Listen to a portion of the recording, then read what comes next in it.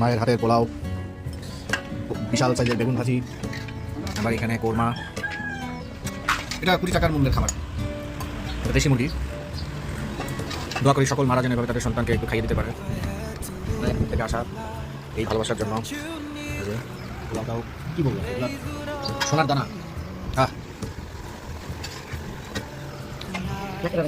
না মাথাটা বলতে হবে আবার।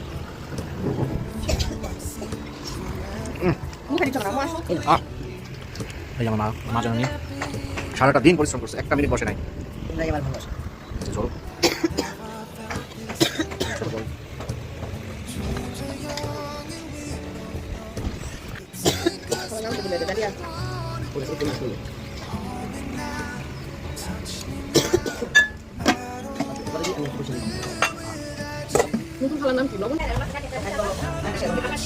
যে সেই মুরগিগুলো দেখা যাচ্ছে ওখান থেকে একটাকে ধরে এখানে ট্রান্সফার করা হয়েছে আর কি। করে খাঁটি দেশি মুরগি এবং এখানে রয়েছে কই মাছ। দেখে খাই না, সে নিজে বসবে না, কিন্তু আমাদের খাওয়াবে খালি।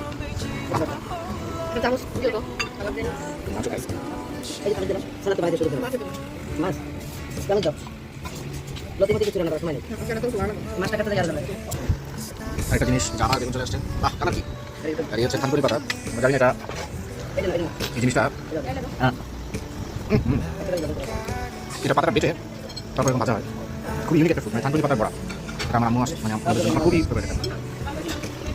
এটা মা জানি যে সেই মুরগি আমার বোন মুরগি পালে এইখান থেকে ধরে এখানে ট্রান্সফার করা হয়েছে।